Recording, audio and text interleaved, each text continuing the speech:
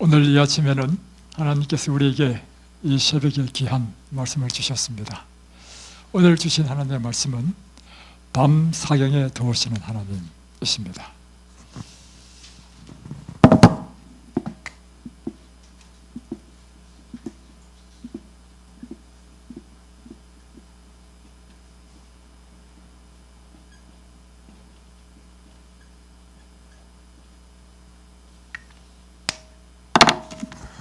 우리 마가복음 6장 45절로부터 말씀을 보겠습니다. 예수께서 즉시 제자들을 재촉하사 자기가 무리를 보내는 동안에 배 타고 앞서 건너편 벳세다로 가게 하시고 무리를 작별하신 후에 기도하러 산으로 가시니라.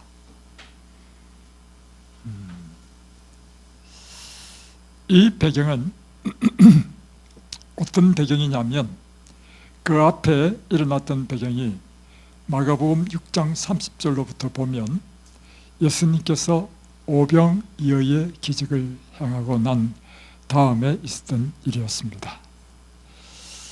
예수님께서는 이제 제자들에게 명령하셨는데 배를 타고 갈릴리 건너편 벳세다로 가라 하는 것이었습니다. 그리고는 예수님께서는 무리들과 작별하신 후에 기도하러 산으로 가셨다. 47절 저물매 배는 바다 가운데 있고 예수께서는 홀로 무태 계시다가 이제 배는 출발해가지고 갈릴리 망망대해를 가고 있습니다. 바람이 거스름으로 제자들이 힘겹게 노젓는 것을 보시고 밤 사경쯤에 바다 위로 걸어서 그들에게 오사 지나가려고 하시매 그런데 이제 바람이 불어서 이 배가 목적지를 못 가고 있는 것입니다. 역풍을 만난 것이죠. 그러니까 배가 못 가고 계속해서 이 바다에서 그 풍랑과 사투를 벌이고 있는 장면이 전개되고 있습니다. 그러니까 예수님께서 그들을 돕기 위하여 밤 사경에 무리를 걸어서 예수님의 제자들에게 간 것입니다. 49절 제자들이 그가 바다 위로 걸어오심을 보고 유령인가 하여 소리 지르니 여러분 참 생각해 보십시오. 지금 이 밤중이잖아요. 밤 사경이면 깜깜한 데입니다. 그 깜깜한데 어떤 시커먼 물체가 물 위로 걸어오니까 형상도 안 보이죠. 시커머니까 걸어오는데 얼마나 놀랐겠습니까? 귀신인 줄 알고 막 소리 지르면서 막 무서워한 모습을 볼 수 있습니다. 그러니까 예수님께서 말씀하십니다. 그들이 다 예수를 보고 놀라미라. 이에 예수께서 곧 그들에게 말씀하여 이르시되 그러니까 이제 이 광경은 멀리서 이야기하면 말소리가 안 들리죠. 그러니까 점점 막 배 가까이 갔으니까 더 제자들이 막 무서워서 소리를 지르고 있는 상황 속에서 가까이 가서는 말을 해도 소리가 들릴 쯤 됐을 때 내니 두려워하지 말라 하는 것이에요. 안심하라. 내니 두려워하지 말라. 그러면서 51절에 배에 올라 그들에게 가시니 바람이 그치는지라.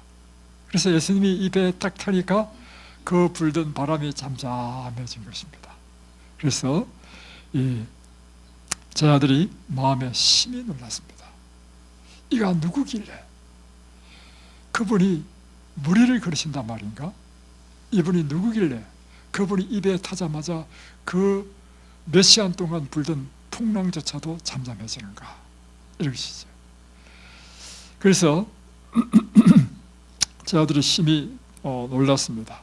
그리고 이 똑같은 장면이 마태복음 14장에 있는데 마태복음 14장은 이렇게 되어 있죠. 보면 33절에 32절부터 보면 배에 함께 오름에 바람이 그치는지라 배에 있는 사람들이 예수께 절하며 이르되 진실로 하나님의 아들이로소이다. 예수님을 향하여 절을 하면서 주님은 진실로 하나님의 아들입니다 하고 이렇게 고백하는 것을 보게 됩니다. 오늘 저는 이 마가복음 6장 또 마태복음 14장에 있는 예수님께서 바다 위로 걸어서 제자들에게 가신 이 장면을 통해서 오늘 우리에게 주시는 귀한 메시지, 우리에게 주시는 귀한 생명의 말씀을 함께 좀 보려고 합니다. 첫 번째는 제자들이 갈릴리 바다에서 지금 고난을 당했는데 얼마 동안 고난을 당했는가 하면 계산을 한번 해봤습니다. 자, 밤 사경 때까지 그들이 고난 당했을 때 밤 사경에 예수님께서 그들을 찾아가셨죠. 그러면 유대 나라에서의 밤 사경은 몇 시인가 하는 것입니다. 자, 유대 나라는 이렇게 지금 합니다. 저녁 6시가 되면 밤 1경이 시작됩니다. 언제까지냐면 밤 9시까지. 이게 밤 1경입니다. 밤 2경은 밤 12시까지. 이게 밤 2경입니다. 밤 3경은 12시부터 새벽 3시까지. 밤 3경. 다음에 밤 4경은 새벽 6시까지. 이게 밤 4경입니다. 그리고 지금 예수님께서 제자들을 구원하신 시간이 밤 4경이랬죠. 그러니까 새벽 3시부터 6시 사이에 오셨다는 것입니다. 이 말은 거꾸로 표현하면 제자들이 새벽 3시에서 6시까지나 바다에서 고난을 당했다는 것입니다. 그럼 몇 시에 출발했을까? 그 앞에 사건을 보면 오병이어의 기적을 행하신 다음에 저녁이 되어서 사람들에게 먹을 것이 없으니까 하나님께서 이제 오병이어의 기적을 행하시고 사람들을 배불리 먹게 한 다음에 다 흩어보냈죠. 흩어보내고 난 다음에 제자들에게 빨리 갈릴리 건너편으로 가라 했으니까 그 시간이 저녁 6시쯤 되지 않았을까? 좀 더 이제 배 타고 이런 시간 하면 예를 들면 한 7시 됐다 합시다. 7시 이후는 되지 않을 것 같아. 7시쯤 됐다 합시다. 밤 1경에 출발했습니다. 그럼 몇 시간을 지금 이게 3시간. 이게 3시간. 7시를 하더라도 2시간. 요것만 하더라도 8시간이에요. 그리고 밤 사경의 가운데서도 6시가 아니고 새벽 3시, 시간이 새벽 3시니까 3시에 오셨다 하더라도 8시간이나 갈릴리 바다에서 지금 고난을 당하고 있어요. 근데 지금 게네사렛, 지금 갈릴리 호수가 이렇게 있거든요. 게네사렛, 여기서 이제 오병이어의 기적을 행했다고 보는데 여기서 오병이어의 기적을 행해서 건너편으로 가라. 이 베세다. 인데 이 바다로 가는 이 갈릴리 호수로 가는 직선 거리가 약 한 5km 정도 봅니다. 제가 저 주소를 찾아봤어요. 그러니까 한 5km 정도 된다는 것입니다. 그런데 보통 배가 이 가는 속도가 1시간에 한 4km 정도에서 5km 간다는 겁니다. 사람 걸으면요. 그러면 1시간에 몇 킬로 가죠? 잘 몰라요? 여러분, 보통 사람이 걸으면요, 1시간에 4km를 갑니다. 좀 빠른 걸음을 하면 한 5km 가고. 그러니까 사람이 육지에서 걷는 거나 배로 바다를 노를 저어서 가는 거나 거의 비슷해요. 그러면 지금 1시간이면 갈 거리를 지금 몇 시간 지금 동안 바다에서 사투를 벌이고 있어요? 8시간 동안 사투를 벌이고 있습니다. 그러니까 이 당시에는 돛담배가 아니었던 것 같아. 내가 볼 때. 또 돛담배를 하더라도 바다를 거스르니까 오히려 돛을 내려야 돼. 그럼 뭘 해야 돼요? 노를 지어야 되죠. 얼마나 힘들었겠습니까? 여러분, 노 한번 지어봤어요? 노 젓는 거 보통 힘든 게 아닙니다. 그러니까 한마디로 이 제자들은요 굉장히 큰 공공에 빠졌고, 그뿐만 아니라 어떤 두려움이 있었냐면, 야, 우리가 이러다가 죽지는 않을까 하는 그런 두려움을 갖고 있었다는 것입니다. 자, 그런데 제자들이 고난을 당하게 된 이유는 왜 고난을 당하고 있느냐? 지금 갈릴리 바다를 건너러 가라 해서 지금 건너가다가 고난을 당하고 있죠. 그럼 누구 때문에 고난을 당하고 있습니까? 예수님 때문에. 예수님이 건너가라 해서 가다가 고난을 당하고 있어요. 여러분, 여러분의 삶 가운데서도 이처럼 예수님의 뜻대로, 예수님의 말씀대로 살려고, 또는 그 말씀대로 하다 보니까 고난을 당하는 경우가 있어요? 많습니다.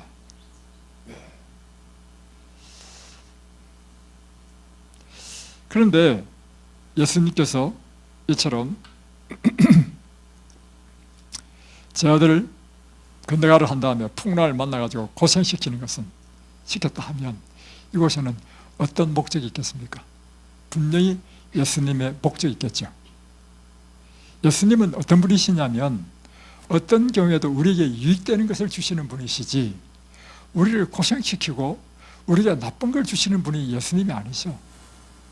그럼 왜 예수님께서 이 제자들로 하여금 고난당하게 했는가 이거죠. 한번 이야기해 보세요. 왜 고난당하게 했습니까? 우리는 이 사건 전을 알아야 되는데, 이 사건 전에 오병이어의 기적을 행하면서 백성들이 하늘에서 정말 만나를 내렸던 것처럼 예수님이 곧 이 땅에 보내시는 메시아라고 확신했습니다. 백성들이. 그리고는 백성들이 예수님을 왕으로 추대하려고 했습니다. 이럴 때 가장 흥분했던 사람이 누구냐면 예수님의 제자들이 흥분했습니다. 왜냐하면 예수님의 제자들은 이때만을 기다렸습니다. 예수님의 제자들이 예수님을 쫓으면서 기대했던 것은 무엇인가 하면, 예수님은 분명히 메시아로 오셨다면 정말 다윗 같은 그런 이 유대의 왕이 될 것이다.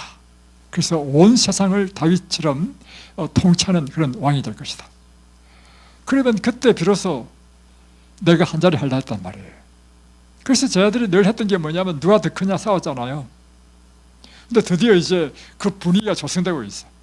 백성들이 막 자발적으로 막 이 왕으로 추대하려고 막 쫙 분위기가 조성되고 있어.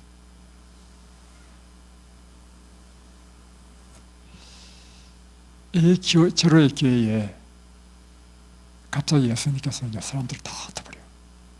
그런 자들에게 빨리 배를 타고 건너가래. 그 계획을 완전히 무산시켜버렸어. 제일 실망했던 사람은 예수님의 제자들이었어요. 그 마음에 불만이 꽉 찼습니다. 내가 지금 기다려왔던 그 절호의 기회가 지금 무너져 버렸어. 그러면서 배 타고 가면서 어떤 마음이 들었냐면, 아니 그러면 도대체 왜 예수님께서 이 땅에서 지금 이런 봉사를 하시는가? 예수님께서 메시아로 그리스도라고 분명히 자기 입으로 말씀하셨는데, 그러면 메시아이면 이 세상의 왕으로 지금 등극하셔서 통치하셔야 되는데 이 절호의 기회를 왜 또 오히려 쫓아내 버리시는가? 이해가 안 되는 거예요, 제자들 입장에서는. 그러면서 어떤 생각이 들었냐면, 예수님이 진짜 메시아 맞나? 그에 대한 의심, 불신, 불평의 마음이 꽉 차 있는 거예요. 그런데 바람을 만나가지고 막 폭풍을 만나고 막 역경을 만나니까 그 해결한다고 힘써 노젓고 하면서 애쓰면서 뭐가 다 깨져버리냐면 그 마음에 불신의 생각, 불평의 생각, 원망이 싹 사라져버렸어요. 왜냐하면 지금 당장 필요한 게 뭐예요? 당장 이거를 내가 구원받는 거야. 구원받는 거야. 살아가는 게 제일 중요해. 그 마음에 모든 불신이 사라지게 만들었습니다. 여러분, 우리의 생애 가운데서도요, 우리에게 편안함을 주지 않는 목적이 있습니다. 그리스도인들에게 하는 일마다 잘 되게 하지 않는 목적이 있습니다. 심지어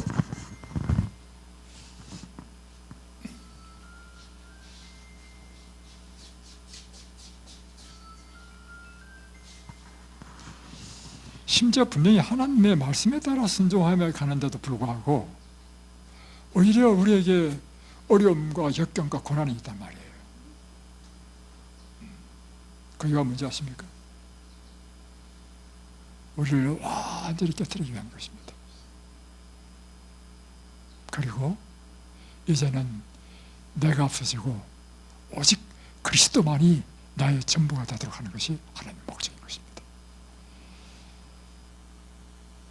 특별히 우리가 고난이 없을 때는요, 일반적인 사람의 생각은요, 세상을 향합니다. 왜냐하면 이 땅에 우리가 세상에서 살잖아요. 살다 보니까 눈에 보이는 게 뭐냐면 세상에서 잘 사는 사람이 눈에 보이잖아요. 그러니까 여러분의 마음속에 자일이 나는 것이 뭐냐면 부러워. 나도 저렇게 좀 살고 싶어. 잘 됐으면 좋겠어. 신앙을 하더라도 말이에요. 그러면서 그걸 동경한단 말이에요. 그리고 심지어는 그걸 위해서 계획도 하고. 그런데 내가 이 세상에 좀 잘 살아보려고 계획하는 것을 하나님께서 와장창창 깨뜨려버려요. 그래가지고 원래 있던 수준보다도 더 밑으로 내려가게 만들어. 야, 제가 목회를 하면서요, 하나님의 놀라운 섭리를 제가 발견했습니다. 한 젊은 자매가 있었습니다. 정말 예쁘장하고 그 남편은 또 엘리트야. 그래서 그들의 처음에 이제 방문을 가지고 방문을 갔는데 결혼해가지고 그래도 20대 후반에 아들 한 명 있고 단란하게 잘 사는 가정이라.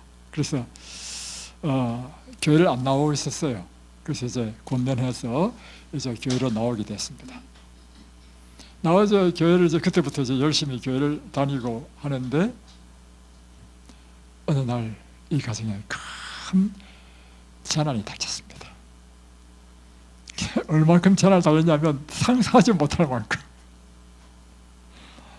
와, 그래서 제가 목회하면서요, 저 분당에서 이제 교회를 개척해서 목회할 텐데 그 가정을 위해서 엄청 기도했습니다.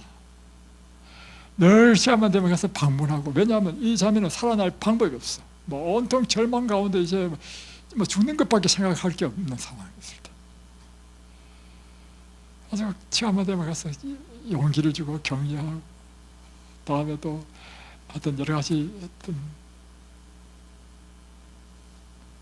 나중에요, 이 자매가 완전히 새로운 사람으로 거듭났는데요, 그 전만 하더라도 세상적인 꿈이 뭐 쫙 파란만장했어요. 남편도 똑똑한 사람이고 해가지고. 그런데 인생에 엄청난 시련을 당하면서 사람이 어떻게 바뀌었냐면 이제는 예수님밖에 모르는 사람으로 바뀌어버렸어요. 야, 그 세월이 몇 년 걸리냐면 제가 계산을 해보니까 한 12년 걸렸어요. 12년. 야, 여러분 지금 고난당한 지 겨우 지금 몇 년 됩니까? 12년 동안. 그런데 12년 동안 하나님께서 완전히 다른 사람을 바꿔주시고, 바꿔준 다음에 모든 걸 다시 회복시켰어. 야, 하나님의 능력 놀라웠습니다. 여러분, 하나님의 뜻은 늘 기억하십시오. 우리에 대한 뜻은요, 우리에게 유익이 되고 우리에게 희망을 주는 것이고 우리에게 평안을 주는 것이 하나님의 뜻입니다. 인생이 고생하는 것 하나님의 뜻이 아닙니다, 여러분. 그런데도 불구하고 내가 이해되지 못하는 고난이 닥쳤다면 이것에는 하나님의 목적이 있어요. 어제도 우리가 등산 갔잖아요. 등산 갔는데 등산 가면 제가 늘 하는 게 있어요. 중턱에 딱 이제 쉼터에 있으면 쫙 앉혀놓고는 신고식을 합니다. 그래서 이제 자기 소개도 하고 노래도 부르게 하고 이렇게 하는데, 어이구, 한 자매가 나와가지고 소개하는데 제가 엄청 감동받았어요. 저는 나는 죽고 내 안에 오직 그리스도만 살기를 원합니다. 제 모든 삶을 통하여 오직 그분만 나타나기를 원합니다. 제가 놀래가지고 물어봤어요. 무엇이 자매님을 그렇게 바꿔 놓으셨습니까? 그분이 하신 말씀 이렇게 말했습니다. 고난이 저를 이렇게 바꿨습니다.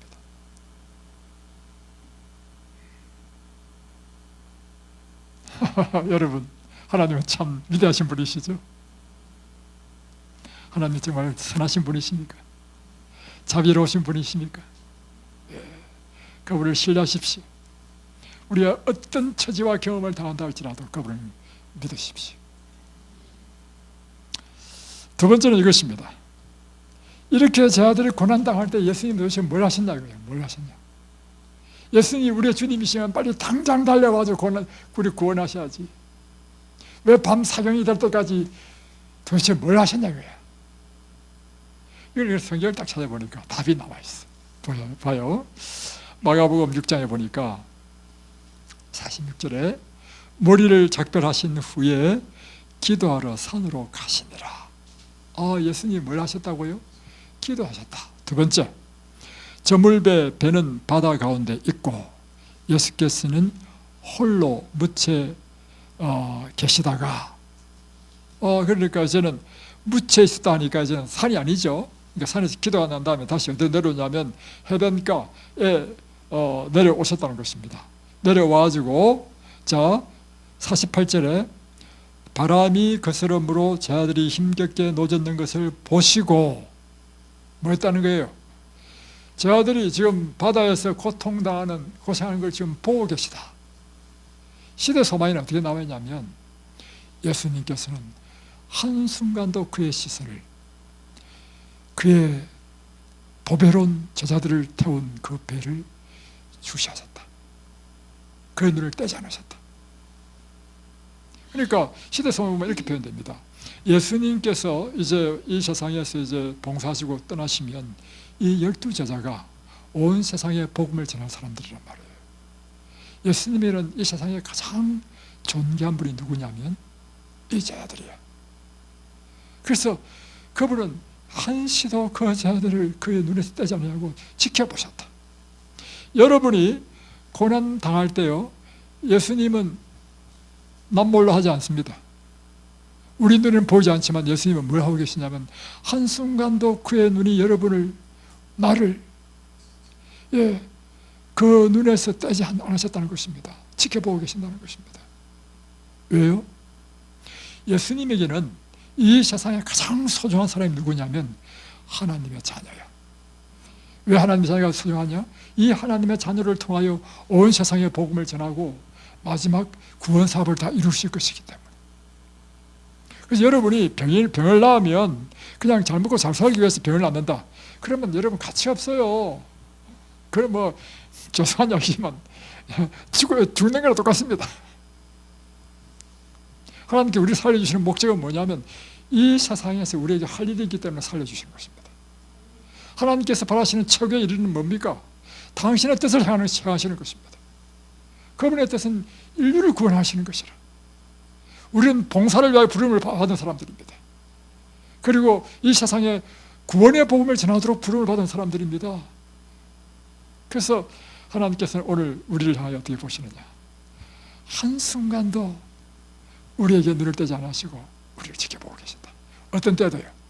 마치 밤 사경까지 고통당할 때는 이 제자들이 느꼈던 게 뭐냐면 나는 마치 하나님으로부터 버림받은 것처럼 느껴지고 하나님께서 나에게 전혀 관심이 없이 느껴지는 것처럼 나는 하나님으로부터 버림받았다는 그런 느낌을 받을 그런 상황이라 할지라도 결코 하나님께서는 여러분을 버리지 않으셨습니다. 여러분 그걸 믿으세요?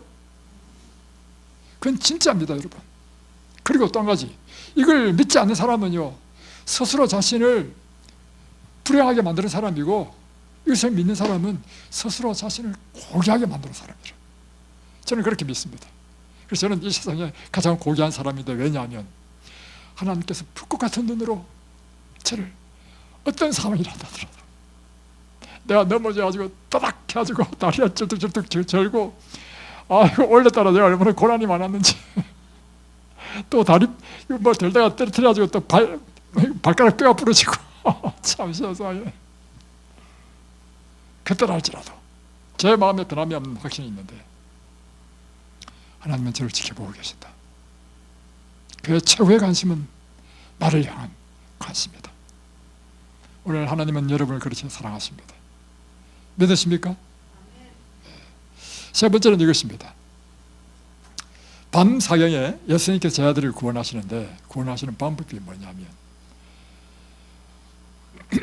다른 배를 빌려 타가지고 가실 수 있는데 아니면 바람을 잠잠하게 한 다음에 쭉 가실 수도 있는데, 아니 가실 필요도 없어. 바람만 그냥 저자들은 저 발리를 바다 가운데서 배 가운데 있고 예수님은 밑에 있어서 그냥 바람아 잠잠하라 하면 바람이 그치면 저자들이 고난이 없을 거 아닙니까? 그럼에도 불구하고 하나님 예수님께서 어떻게 방법을 사용하셨냐면 그 풍랑 가운데 무리를 걸으셔서 가셨다는 것입니다. 왜 예수님께서는 무리를 걸어서 가셨을까요? 그것은요, 나는 하나님의 아들이다, 그걸 제 아들에게 깊이 각인시키기 위해서. 여러분, 이 세상에 무리를 걸을 수 있는 사람 있나요? 아무도 없습니다. 예수님 외에는요, 역사상 한 사람도 무리를 걸은 사람이 없습니다. 이것은 오직 하나님께서만 하실 수 있는 것입니다. 그러니까 제 아들이요, 그 모습을 보고 처음에는 막 혼비백산했다가 나중에 예수이신 걸 알고 나서는 그에게 절을 하며 진실로 주님은 하나님의 아들이십니다 라고 고백하는 것입니다.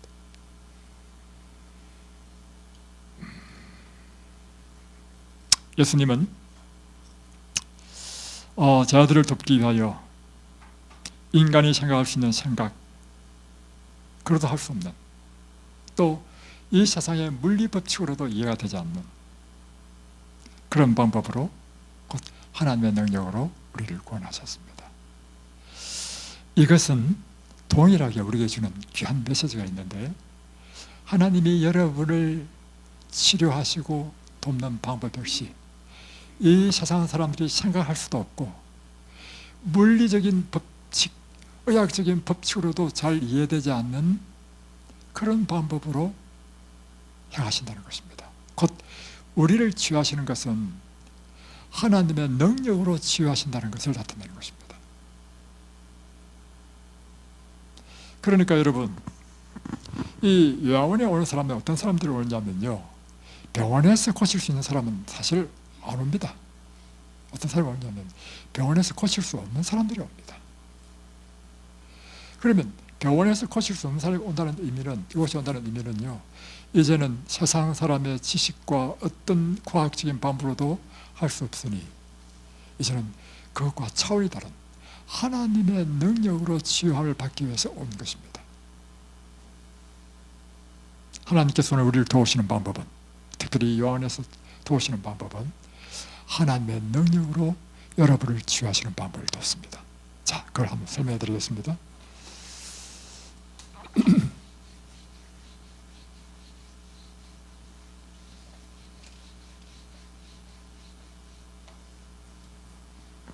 하나님의 능력이 나타난 것.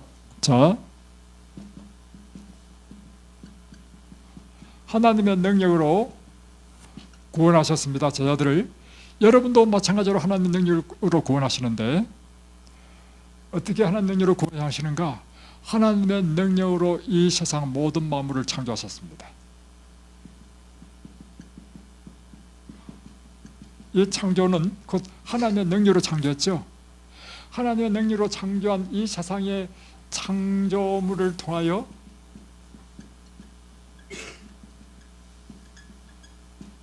구원하시는 것입니다.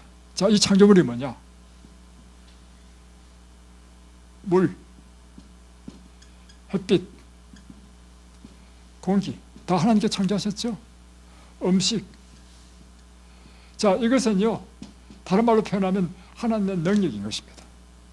물이 하나님의 능력으로 이 세상에 존재한 것처럼, 햇빛이 하나님의 능력으로 존재한 것처럼, 공기가 하나님의 능력으로 존재한 것처럼, 음식이 하나님의 능력으로 지음을 받아서 다 창조되는 것처럼. 그러니까 이것이, 우리가 음식을 먹는다는 것은 무엇을 의미하냐면 하나님의 능력을 먹는 것입니다. 이 생각에서부터 여러분 바뀌어야 돼요. 여러분이 호흡할 때 뭘 호흡하냐면 하나님의 능력을 지금 내가 호흡하는 거예요. 여러분이 물을 마실 때 뭐냐면 여러분은 하나님의 창조하신 그 창조의 능력을 마시는 거예요. 그러면 여러분 속에 들어오는 이 창조의 물과 그분의 능력이 여러분 속에서 뭘 하냐면 놀라운 창조의 능력을 행사하는 것입니다. 그래서 여러분이 치유되는 것입니다. 네. 이게 바로 하나님의 능력으로 치료하는 우리 이든벨리의 치료법입니다. 이렇게 하니까 이 세상에서도 고칠 수 없는 병이 낫는단 말이에요. 그러면 내가 물을 먹어서 나은 게 아니고요, 뭐 채식을 해서 나은 게 아니고요, 이걸 창조하신 하나님의 능력으로 우리가 나음을 입은 것입니다. 그래서 이 모든 걸 창조했을 때 뭐로 창조했습니까? 하나님의 말씀으로 창조했습니다. 자, 그러므로 하나님의 말씀 자체는 뭐냐면 하나님의 능력이야. 하나님의 창조의 능력이야. 그래서 말씀으로 창조된 이것이 여러분을 치료할 뿐만 아니라 원래 창조에 근원되는 이 하나님의 말씀을 여러분이 받으면 여러분의 몸에서 놀라운 역사가 일어나는 것입니다. 이 말씀이 치료봉사 보면 이렇게 나오잖아요. 여러분의 뇌와 심장과 신경 조직에 강력한 생명 에너지를 준다, 공급한다는 것입니다. 그래서 지난번도 얘기했잖아요. 하나님의 말씀에 감동을 받으니까 한순간 사람이 그러면 막 치료받는다고 유명하다는 이제 한의원은 다 다녔지만 치료 못 받았어. 한순간 나와버렸어. 말씀의 능력이 그런 것입니다. 그래서 이제 제가 나눠준 우리 건강생활 양식, 그 보시면 이게 써가지고 치료받은 사람 간증 나오죠. 뭐 여러 번 이야기하고 또 이야기하기 좀 곤란하지만 하여튼 간에 거기 보면 못 낫는 사람들 다 이겨 왔습니다. 기적적으로 나왔는데 다 그것이 뭐냐면 하나님의 말씀을 받을 때 나왔단 말이에요. 하나님의 말씀을 받고 말씀은 내 죄를 보여준단 말이에요. 날마다 내 죄를 이제 회개하고, 하나님의 말씀을 받기 전에는 내 남편이 원수였어. 내가 내 남편 때문에 지금 이 병이 걸렸다면 남편을 미워했단 말이에요. 말씀을 딱 받으니까 남편이 문제가 아니고 내가 죄인이야. 그래서 막 하나님께 회개했어. 그 순간 닫혔던 입이 막 열려버렸어. 놀라운 일이 있는다는 말이에요. 그래서 제가 보니 이렇게 되어 있어요. 하나님의 말씀은 뇌와 심장과 신경 조직에 강력한 생명 에너지를 공급한다. 이 뇌와 심장과 신경 조직은 우리 몸의 치료하는 일을 촉진시킨다. 이 치료하는 생명을 촉진시키는 이 뇌와 심장과 신경에 가장 높은 에너지를 주는 것이 하나님의 말씀입니다. 그렇죠. 하나님의 말씀을 딱 읽으면 무엇이 활동합니까? 내가 그것을 이해하기 위해서는 내가 활동해야 될 거 아니에요. 이 전도협에서 하나님의 말씀을 딱 받게 되면 이 전도협은 우리의 이 모든 뇌의 생각을 주관한단 말이에요. 이 생각이 생명의 생각으로 주관하잖아요. 그러면 그 생명의 생각이 신경 조직을 통해서 우리 온몸에 퍼지는 거예요. 생명의 역사로 퍼지는 거예요. 생명의 역사로. 그래서 치료되는 것입니다. 또 여기 보면 치료봉사 114페이지는 하나님의 말씀의 약속은 우리에게 개인적으로 말씀하시는 말씀입니다. 그럼 여러분 말씀 읽을 때 이거 2000년 전에 이사야가 기록했구나, 2000년 전에 마가복음이 이렇게 기록했네 가 아니고요.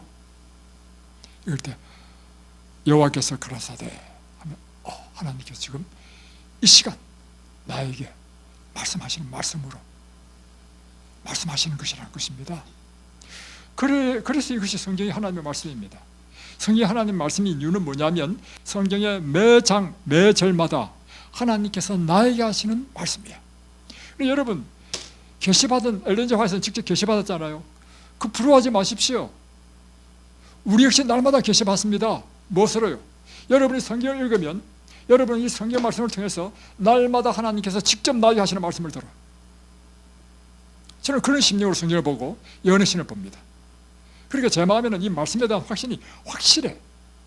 그래서 저에게는 제일 중요한 게 뭐냐면 그게 하나님의 말씀이야? 그게 계시를 통해서 받은 말씀이야? 예스 하면 그 말씀을 그대로 받아들이는 거예요. 그러면 여러분의 생활 가운데 하나님의 일이 일어나는 것입니다. 자, 또 보면 이 약속의 말씀을 받아들이고 흡수하면 어떤 일이 일어나느냐? 여러분의 품성의 힘, 영성과 생명의 영양소가 되는 것이다. 이 밖에 어떤 다른 것도 이처럼 치료의 능력이 될 수 없다. 결국에는 여러분 치료하는 것이 무엇이 치료한다는 것입니까? 하나님의 능력이 여러분을 치료하는데, 이 능력은 곧 하나님의 말씀이고, 이 말씀으로 이루어진 모든 이 세상의 물질들이 하나님의 능력으로 이루어진 것을 믿고 그것을 하나님의 능력으로 받아들일 때는 똑같은 물을 마시더라도 단순히 물 마시는 사람하고 하나님의 능력을 마신다고 생각하는 사람은 천지차이라는 것입니다. 여러분, 무슨 뜻인지 이해하시겠죠? 예. 예를 들면 이사야 43장 1절 한번 보겠습니다. 예를 한번 들어보겠습니다.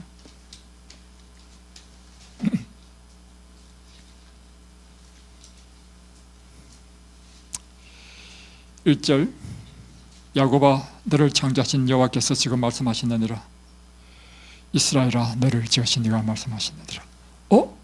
이거 야곱에게 한 말씀입니까? 나한테 한 말씀입니까? 예, 여기 야곱은요, 이 몇천 년이야? 3,500년 전에 야곱이, 3,500년 더 넘네, 한 4,000년 전에 야곱이 아니고요, 오늘 나에게 하나님께서 말씀하시기를 너 야곱아. 왜 우리가 야곱입니까? 우리가 세상에 살면서 야곱처럼 꾀를 쓰고 속이고 이렇게 사는 우리가 아닙니까, 여러분? 예. 오늘 나한테 말씀하시는 거예요. 어떻게 말씀하시느냐? 너는 두려워하지 말라. 내가 너를 구속하였고 내가 너를 지명하여 불렀나니 너는 내 것이라. 하나님이 나에게 말씀하시기를, 야 너는 내 것이야. 너는 내 것이기 때문에 누가 책임집니까? 하나님이 책임지죠. 그래 두려워하지 말라는 것입니다. 내가 불 가운데로 지날 때도 불이 너를 사르지 못할 것이며 물 가운데로 지날 때도 물이 너를 엄몰치 못할 것이다. 왜요? 너는 내 것이기 때문에 내가 너를 지켜 보호한다는 것입니다. 에레미야 31장 3절을 보면 내가 무궁한 사랑으로 너를 사랑하였기에. 하나님 너를 사랑하는데 어떻게 사랑하냐면요, 무궁한 사랑으로. 여러분, 천만 번 들어도 좋은 말이 있습니다. 기분 좋은 말이 있습니다. 뭔지 아십니까? 그게 옛날에 송 누구가 불렀던 노래입니다. 진짜 아니겠어요, 여러분? 천만 번 들어도 좋은 것은 사랑의 이야기 아닙니까? 오늘 하나님께서 말씀하기를 내가 무궁한 사랑으로 너를 사랑한다. 저는 이 확신이 있습니다. 하나님 저를 얼마나 사랑하는지. 그래서 저는 제 마음에 갖고 있는 확신이 이것입니다.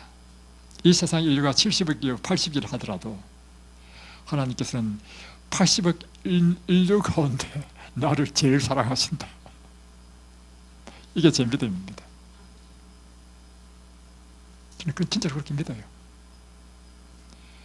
그러니까 어떻게 되느냐면 인생이요, 겁나는 게 없고요, 하나님이 나를 사랑하는데 누가 감히 나한테 덤비겠습니까? 하나님이 나를 사랑하는데 누가 감히 나를 대적하겠습니까? 나를 대적하는 것은 곧 누구를 대적하는 것입니까? 그런 확신이 있어. 여러분의 질병도요, 이런 확신이 있으면 다 떠나갑니다. 어떻게 질병이 감히 하나님의 내가 너를 진명하여 불렀나니 너는 내 것이라는 나한테 질병이 달라붙어? 물론 내가 과거에 잘못해서 생겼지만 질병아 다 떠날지어다. 아멘이십니까? 예. 자, 이제 마지막으로 왜 하나님은 꼭 밤사경에 오시냐, 왜 사람을 애를 태우냐 이 말이 한마디로. 아니 지금 고난받을 때 지금 제 1기에 딱 맞아 딱 켜지면 애 태울 이유도 없지. 고생도 안 해도 되지. 그런데 1경 지나고 2경 지나고 3경 지나고 4경 지나면 이제는 밤이 다 끝나버립니다. 마지막에 오시냐 말이에요. 여러분 우리 경우도 그렇지 않습니까? 우리 구원이 간절히 필요해서 기도하는데 기도해도 응답이 없어. 응답이 없다는 것은요 아직 1경이라는 뜻입니다. 또 기도했어. 또 기도했는데 또 응답이 없어. 그것은 2경이라는 뜻입니다. 그러다 또 기도해서 또 기도했는데 응답이 없어. 이제는 내 마음속에 절망이 되려고 합니다. 그게 3경이야. 이제는 정말 처절하게 야 하나님 나를 버리셨나. 이제는 막 처절하게 하나님께 부르짖는 그때가 4경입니다. 하나님 우리를 도우시는데요, 사경 때 와서 도우신다는 것입니다. 자, 그러면 왜 하나님께서 사경의 날을 도우시나? 근데 반드시 하나님께서 사경에 도우시는 건 아닙니다. 어떤 때는요, 제1경에 적극적으로 도우시는 때가 있습니다. 언제냐? 우리가 죄에 대한 고백을 할 때, 그것은 적극적으로 하나님께 도우십니다. 두 번째, 우리가 이제 처음 하나님을 믿어가지고 하나님을 알아갈 때, 그때는요, 하나님께서 적극적으로 우리 기도를 도우십니다. 뭐 하시기 위하여? 믿음을 주시기 위하여. 제 경험은 그랬습니다. 제가 처음 교회도 나가기 전에 혼자서 성경을 보고 내가 하나님 믿어야 되겠다. 근데 하나님 계신지 확인을 하고 싶어. 그래서 내가 하나님께 기도를 했어. 그랬더니 막 기도하는 즉시로 기도 응답이 돼. 근데 이제 교회 나가고 이제 신앙생활 하면서 기도해도 기도 응답이 잘 안 돼. 그거는요, 이제는 믿음의 단련이 필요하기 때문에 훈련시킬 필요가 있는 것입니다. 여러분의 믿음이 점점 커지면 커질수록요, 이제는 울 때마다 저절 탁 물리지는 않습니다. 여러분, 이제 여러분이 딱딱한 음식을 100번씩 씹어서 소화시켜야 될 때가 왔다는 것입니다.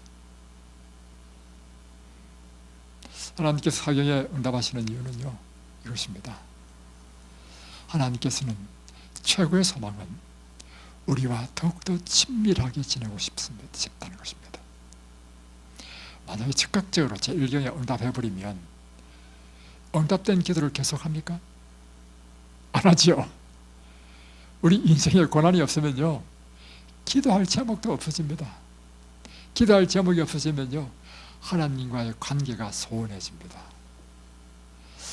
우리 인간은요, 우리 문제 해결되면요, 그것에 대해서 다 잊어버립니다. 심지어 나를 도와준 사람조차도 잊어버립니다. 하나님께서는 때로 사경까지 기다리시는 이유는 하나님은 도와주고 싶지 않아서가 아니라 그분의 최고의 열망은 우리와 친밀하게 지내고 싶어하는 것입니다. 그가 나를 찾고, 그래서 나를 간절히 원하는, 하나님 원하는 것은 우리와의 관계가 친밀하게 하게 되는 것. 그래서 하나님께서는 인내하시는 것입니다. 또 두 번째는 이 기다림, 똑같은 말씀이지만 이 기다림을 통하여 하나님을 앙망하는 법을 배우도록 하는 것입니다. 우리가 바라는 것을 지금 이루어지지 않다더라도 실망하지 않고 인내하고 계속해서 열망하고 언젠가는 하나님의 시간과 하나님의 때, 하나님께서는 우리의 모든 소원을 이루어 주신다는 믿음으로 그분을 신뢰하는 것, 이것이 하나님을 앙망하는 것입니다. 여러분, 믿음이 큰 사람과 믿음이 작은 사람의 차이는 이것입니다. 믿음이 작은 사람은 한두 번 기도해 보다가 안 되면 포기해버려요. 쉽게 표현하면 야한 남자와 같이 쉽게 뜨거워졌다가 쉽게 식어버립니다. 그러나 믿음이 깊은 사람은 꾸준히 인내하고 오래 참고 계속해서 그분을 앙망하는 사람입니다. 오늘 예수님께서 우리에게 밤 사경까지 인내하게 하는 것은 우리가 이건 하나님을 앙망하는 것을 배우도록 하기 위함입니다. 세 번째는 밤 사경까지 기다리게 하는 것은 결국은 인간적인 방법으로는 이제는 할 수 없다는 것을 절실히 느낄 때, 모든 인간적인 방법을 다 포기할 때 하나님의 방법과 하나님의 능력으로 구원받는 경험을 통하여 인간의 모든 자랑을 다 제거하기 위한 것입니다. 오직 하나님의 은혜요, 오직 이 모든 것이 하나님의 능력으로 됐다는 것을 고백하는 것. 그래서 우리의 생애 가운데 오직 하나님께만 영광 돌리도록 하는 것이 하나님의 목적입니다. 여러분, 아브라함을 부르셨잖아요. 아브라함을 얼마나 사랑하셨습니까? 그에게 아들을 준다 했습니다. 내가 하나님 그처럼 사랑한다면, 기왕 보십시오. 애 키우는 것도요, 젊을 때 낳아가지고 키우면요, 제가 애를 3명을 낳아야 했거든요. 27에 결혼해가지고 28에 첫애를 낳았습니다. 첫애를 낳아가지고요, 우리 아들한테 얼마나 내가 사랑하고 했는지. 지금도요, 저는요, 우리 아들이 결혼해가지고 손녀를 낳았습니다. 다른 사람은 손녀가 더 예쁘다는데, 나는요, 아들이 쏟은 사랑이 얼마나 큰지, 손녀보다는 아들이 나는 더 사랑스러워. 손녀보다는 내 딸이 나한테 더 사랑스러워. 진짜로 그래. 왜냐? 첫아들 낳아가지고요, 너무 신기하고 해가지고 온갖 사랑의 애정을 다 쏟았어. 그래가지고 막 많이 놀러 갔어. 놀러 가고 막 열심히 함께 뭐 축구도 하고 했단 말이에요. 그런데 둘째 낳고 셋째 낳을 때는 나이가 좀 들었죠. 근데 지금 생각해보니까 나이 든 것도 아니야. 30대, 그때 30 몇 살에 낳았는가 하다 낳았는데, 그때만 딱 되니까요, 셋째, 우리 순실한테는 미안한 이야기지만요, 침대 자다가 떨어져서 울잖아요. 울어도 신경도 안 썼습니다.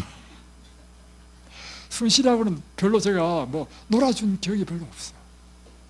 또 그때는 또 제가 전도한다고 돌아다니서 그런지 몰라도 원래 그렇죠. 예, 그렇죠. 예. 그러니까 쉽게 표현하면, 아브라함에게도 아들 줄 것 같으면 젊을 때 줬으면 아브라함이 더 행복했을 거 아니에요, 한마디로. 그런데 이제 힘이 다 빠진 백세에 왜 주냐, 백세에. 그 이유는 뭐예요? 이제는 인간적인 방법이 이제는 다 끊어졌을 때, 자기 아내의 경수도 끊어지고 자기도 마른 나무처럼 되었다라고 표현한 그때, 이때 아들을 낳으면 이 아들은 자기가 낳은 겁니까? 하나님이 진짜로 주신 것입니까? 오늘 우리의 구원은요, 바로 그렇게 하나님 하시기 위해서요, 우리 인간이 할 수 있는 방법 다 써봐도 안 될 때, 절망할 그때 사람들이 이제 요한에 오는 거야. 와가지고 하나님의 방법대로 순종할 때 하나님께 치유해 주셔. 그러면 여러분이 어떻게 이야기하냐면, 무엇이 내 병을 낫겠다. 뭐 요즘 또 지금 맨발 걷기도 유의잖아요. 맨발 걷기가 나를 낫겠다. 또는 뭐 채식이 나를 낫겠다. 이런 말을 하는 게 아니고, 하나님의 능력이 나를 낫겠다. 이렇게 고백하게 되는 것입니다. 이것이 하나님의 뜻입니다. 이제 우리가 이 밤 사경 때 우리가 가져야 할 태도는 무엇인가? 그것은요, 하나님을 앙망하는 것을 배우는 것입니다. 에레미야가 3장 25절로 26절 보겠습니다. 에레미야가 3장 25절로 26절. 자, 보겠습니다. 기다리는 자들에게나 구하는 영혼들에게 여호와는 선하시도다. 사람이 여호와의 구원을 바라고 잠잠히 기다림이 좋도다. 여러분 어떻게 하라고요? 이 밤 사경이 될 때까지 우리를 기다리게 하실 때 우리가 해야 될 것은, 우리가 여호와의 구원을 바라고 잠잠히 기다림이 좋도다.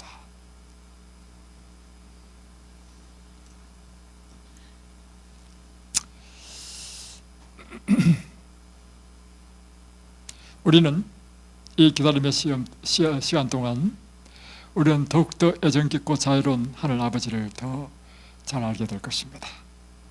그리고 하나님께서는 그분의 자신의 시간과 방법으로 우리를 구원하실 것을 신뢰하고 믿으면서 결코 멈추지 않고 기도 중에 기다려야 하는 것입니다. 자주 그분의 구원은 희망이 없고 잃어버린 것처럼 보이는 밤 사경에 이르러 올 것이기 때문입니다. 그리고 시편 33편 보겠습니다. 시편 33편에 보면 이런 말씀이 있습니다. 18절부터 여호와는 그를 경외하는 자 곧 그의 인자심을 바라는 자를 살피사 그들의 영혼을 사망에서 건지시며 그들이 굶주릴 때 그들을 살리시는도다. 여기 보면 누구를 살피냐면 그를 경외하는 자, 그의 인자하심을 바라는 자를 살피신다는 것입니다.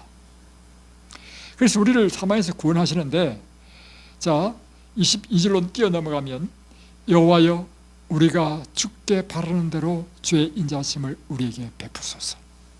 하나님께서 우리를 구원하시는데 주여 우리가 바라는 대로 우리를 구원해달라는 것입니다. 하나님의 인자하심은 그분께서 바라는 대로 우리에게 올 것이라고 성경 말하고 있습니다. 우리가 더욱 신뢰하고 희망적으로 하나님을 기다릴수록 우리는 우리 생에서 더욱 많이 하나님의 능력을 보게 될 것입니다. 이제 여러분, 밤 사경에 우리를 도우시는 하나님, 그분을 어떻게 우리가 기다려야 되는지 아시겠습니까? 잠잠히 기다리며 우리가 바라는 대로 하나님께서 이루어주실 줄 믿고 우리가 주님을 앙망하는 그 앙망함으로 주님의 구원을 기다리고 그 놀라운 하나님의 능력이 우리를 구원하는 그 큰 기쁨, 축복을 우리 모두 경험하게 되시기를 주의 이름으로 축복합니다. 기도하겠습니다. 하늘에 계신 우리 아버지, 하나님께서는 우리를 참으로 사랑하셔서 한순간도 우리에게서 눈을 떼신 적이 없으시며 우리의 일수고 일투족까지 하나님께서는 보시며 우리를 사랑하시는 주님이심을 주님 믿습니다. 혹 우리의 기도가 응답되지 않는다 할지라도, 그리고 우리를 하여금 오래 기다리게 한다 할지라도 끝내는 예수님께서 인간의 생각을 뛰어넘고 이 세상의 물리적인 법칙을 초월하는 무리를 걸어서 우리에게 오실 것입니다. 그리고 우리가 이제는 더 이상 희망이 없어 보이는 그 밤 사경에 우리를 구원하실 것입니다. 우리 놀라운 구원을 바라고 앙망하는 당신의 종들 되도록 축복해 주옵소서. 예수님의 이름으로 기도드립니다. 아멘.